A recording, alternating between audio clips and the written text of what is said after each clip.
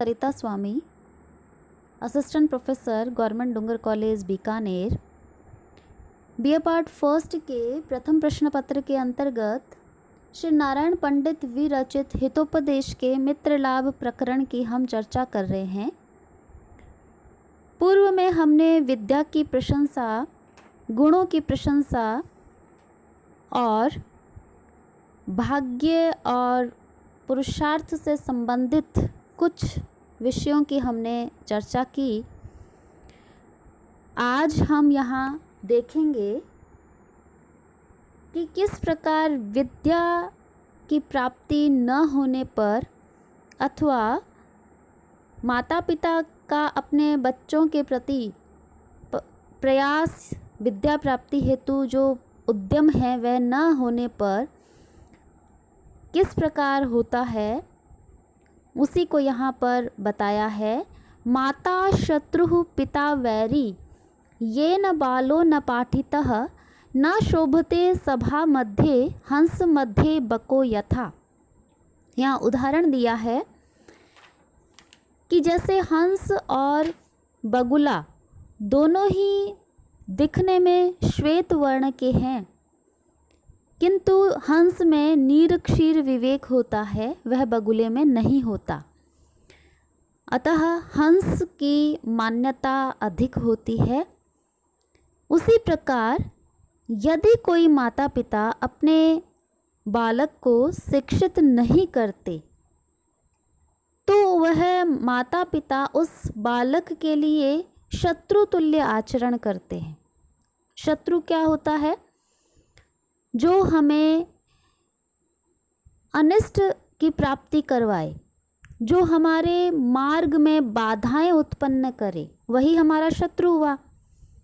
तो माता पिता यदि बालक को शिक्षित करने हेतु प्रयास नहीं करते, बालक है वह तो यह चाहेगा कि मैं नहीं पढ़ूं, खेलता रहूं, किंतु यह माता पिता का कर्तव्य है कि वह समझाकर या जैसे भी हो सके अपने बच्चे को शिक्षित करे, एक अच्छा विद्वान बनाए, ताकि वह जब विद्वानों की सभा में बैठे तो उसका सम्मान हो, हंस के समान उसमें कोई शक्ति हो जिसके कारण उसका समाज में, विद्वानों में सम्मान हो। तो ये न बाला न पाठितः, जिसने अपने बालक को न पाठितः शिक्षित नहीं कराया है, तस्य माता शत्रु, उसकी माता शत्रु के समान है। पिता च वैरी, और पिता है वह वैरी के सदृश है, अर्थात दोनों ही उसके शत्रु है। यथा, जिस प्रकार हंस मध्य, हंस के बीच में, हंस की पंक्ति के बीच में बकह न शोभते, बगुला सुशोभित नहीं होता, तथा उसी प्रकार सभा मध्य, वह सभा के बीच में, विद्वानों की सभा में न शोभते, वह बालक भी सुशोभित नहीं होता। सुशोभित यानी सम्मान का पात्र नहीं होता। तो माता पिता के लिए यह अत्यावश्यक, अपरिहार्य है कि वे उस बच्चे के लिए शिक्षा प्राप्ति का प्रयास करें, अन्यथा वे शत्रु रूप ही है, क्योंकि वे उसके लिए हित अहित का कोई विचार ही नहीं कर रहे हैं। वे ये नहीं जानते कि अशिक्षा के कारण उस बालक का अन्य शिक्षित जनों के बीच उसी प्रकार तिरस्कार होगा जैसे हंसों की पंक्ति के बीच में बगुले के आकर बैठ जाने पर उसका तिरस्कार कर दिया जाता है। तात्पर्य यह है कि वर्ण की समानता एवं आकार की तुल्यता होने पर भी बगुला बगुला ही होता है, हंस नहीं मान लिया जाता। वैसे ही शिक्षितों के बीच में रहने पर भी वह बालक भविष्य में आदरणीय नहीं माना जाएगा। अतः शिक्षा का अतीव महत्व है। इसी प्रकार कहा, रूप यौवन संपन्ना विशाल कुल संभवा, विद्याहीना न शोभन्ते निर्गंधा इव किंशुकः। रूप यौवन संपन्ना, रूप और युवावस्था से संपन्न होने पर भी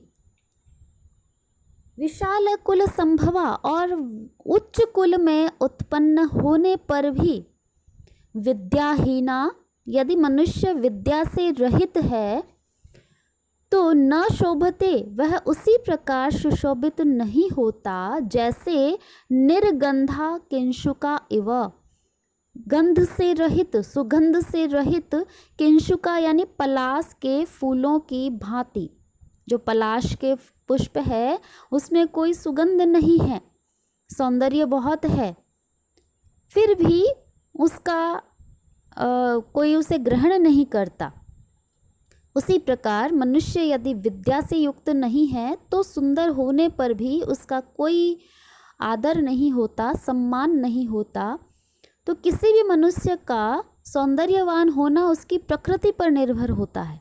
अतः वह यथेच्छ सौंदर्यशाली हो सकता है, वह यौवन संपन्न भी हो सकता है, क्योंकि बाल्यावस्था के अनंतर युवावस्था की प्राप्ति भी नैसर्गिक है, स्वाभाविक है, किंतु विद्या प्राप्ति नैसर्गिक नहीं है। फिर भी यत्न से विद्या अर्जित की जाती है। विद्या के कारण व्यक्ति का हर जगह मान सम्मान होता है। कदाचित कुलीन सौंदर्यशाली व्यक्ति विद्या अर्जन न कर पाए तो वह उसी प्रकार शोभा या आदर या मान सम्मान पाने का अधिकारी नहीं है जैसे कि पलाश का पुष्प, क्योंकि उसमें गंध ही नहीं होती। तात्पर्य यह है कि जिस प्रकार सुगंध न होने से पलाश का पुष्प सुंदर होने पर भी कोई उसे ग्रहण नहीं करता, उसी प्रकार विद्या न होने से, सुंदर होने पर भी, उच्च वंश में जन्म लेने पर भी उस व्यक्ति का कोई मूल्य नहीं होता है। मूर्खो अपि शोभते तावत् सभायां वस्त्रवेष्टितः, तावच्च शोभते मूर्खो यावत् किंचित न भाषते। यहाँ पर इन्होंने यही कहा कि यदि व्यक्ति मूर्ख है और सभा में अर्थात पंडितों की सभा में जब तक वह कुछ बोलता नहीं है तब तक तो वह वस्त्रों से सुसज्जित हो तो उसी प्रकार सुशोभित भी प्रतीत होता है, सुंदर लगता है वहाँ। लेकिन जैसे ही वह कुछ बोलता है वैसे ही उसका सम्मान समाप्त हो जाता है।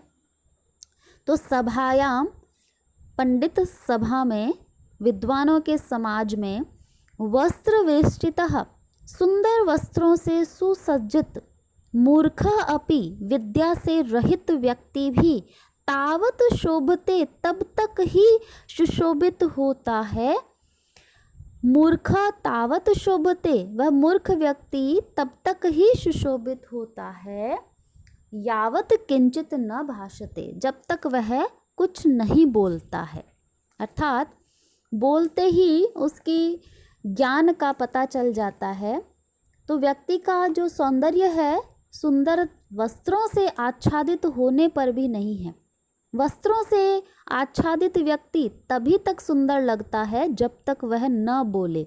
उसके बोलते ही उसकी मूर्खता का, उसके मूर्खत्व का, उसकी अज्ञानता का प्रकाशन हो जाता है। अतः वास्तविक सौंदर्य विद्या में निहित है। चाहे सुंदर वस्त्र न पहने हो, सामान्य साधारण वस्त्रों में हो, किंतु यदि विद्या से संपन्न है तो उसके बोलते ही श्रोता प्रफुल्लित हो जाते हैं। अतः कोई वस्त्रावेष्टन से ही सौंदर्य मानता है तो वह भ्रम में ही है। यह विचार करके राजा ने पंडितों की सभा बुलाई। राजा ने कहा कि हे पंडितों सुनो, क्या आप में से कोई इस प्रकार का विद्वान है जो मेरे प्रतिदिन कुमार्ग पर चलने वाले अशिक्षित पुत्रों का इस प्रकार नीति शास्त्र के उपदेश द्वारा नया जीवन कराने में समर्थ हो? क्योंकि काचः कांचन संसर्गात् धत्ते मारकतिम द्युतिम तथा सत्सन्निधानेन मूर्खो याति प्रवीणताम्। यहाँ उदाहरण दिया है कि जैसे कांच है वह सोने के यदि संपर्क में आता है तो वह एक पन्ने की शोभा को भी धारण कर सकता है, मरकत मणि की शोभा को धारण कर सकता है। उसी प्रकार यदि मूर्ख व्यक्ति विद्वानों की संगति में यदि रहता है तो वह प्रवीण हो जाता है, वह उस दक्ष हो जाता है। तो यहाँ इन्होंने कहा काचः, कि जिस प्रकार कांच या कोई सामान्य एक दर्पण का टुकड़ा कांचन संयोगात सोने के संपर्क से मारकति द्युति धते मरकत मणि की कांति को द्युति कांति को धते प्राप्त कर लेता है, तथा उसी प्रकार मूर्ख व्यक्ति भी अज्ञानी भी सत सन्निधानेन सज्जनों के संपर्क के परिणाम स्वरूप प्रवीणताम याति व्यवहार कुशलता को प्राप्त कर लेता है। यहाँ संगति या संपर्क के शुभ परिणाम को एक उदाहरण देकर के उसके माध्यम से स्पष्ट किया गया है। ग्रंथकार कांच का उदाहरण प्रस्तुत करता है। वह कहता है कि कांच में यद्यपि कोई विशिष्ट कांति या चमक नहीं होती है जितनी एक मणि में होती है, तथापि स्वर्ण में यदि उसको जड़ दिया जाए तो उसके फलस्वरूप आभूषण में विद्यमान वह कांच निश्चित रूप से पन्ने के समान चमकीला लगने लगता है। संपर्क का परिणाम है और इसका मूल्य साधारण कांच की अपेक्षा अधिक बढ़ जाता है। इसी प्रकार मूर्ख व्यक्ति यदि गुणहीन भी है तो उसका आदर नहीं होता है, किंतु सज्जनों के संपर्क में आने से वह कुछ व्यवहार कुशलता सीख जाता है और उसके परिणाम स्वरूप अन्य दुर्बुद्धि जनों की अपेक्षा अधिक आदर का पात्र बन जाता है।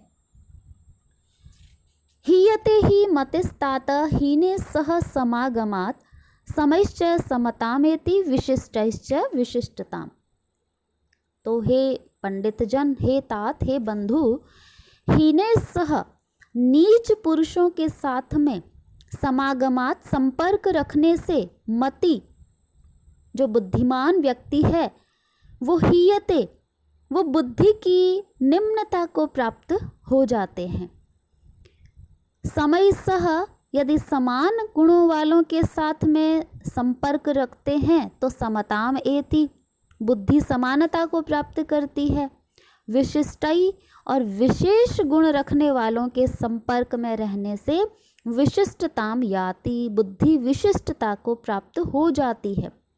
तो संगति यहाँ बताई गई है कि 3 प्रकार की संगति होती है, उत्तम पुरुषों की, मध्यम पुरुषों की और अधम पुरुषों की। तीनों प्रकार की संगतियों के परिणाम भी 3 प्रकार के बतलाए गए हैं। यदि हम उत्तम मनुष्यों की संगति करते हैं तो उसका फल उत्कृष्ट ही होता है। यही कारण है कि निम्न कोटि मनुष्य भी उत्तम व्यक्तियों की संगति के परिणाम स्वरूप उत्तम गुणवान बन जाता है। मध्यम व्यक्तियों की संगति का फल मध्यम अर्थात सामान्य रहता है। बुद्धि का स्तर जहाँ है वहीं रहता है। इससे बुद्धि तो उत्कृष्ट नहीं होती किंतु उसमें समता का भाव विद्यमान रहता है। और यदि अधम पुरुषों की संगति की जाए तो उसका परिणाम निकृष्ट होता है। यदि कोई सज्जन पुरुष भूल कर भी अधम मनुष्य की संगति कर लेता है तो उसके दुर्गुण उसमें प्रविष्ट हो जाते हैं और इसके फलस्वरूप उसकी बुद्धि मलिन हो जाती है। अतः बौद्धिक एवं गुणात्मक विकास के लिए उत्तम जनों की संगति को ही श्रेष्ठ माना है।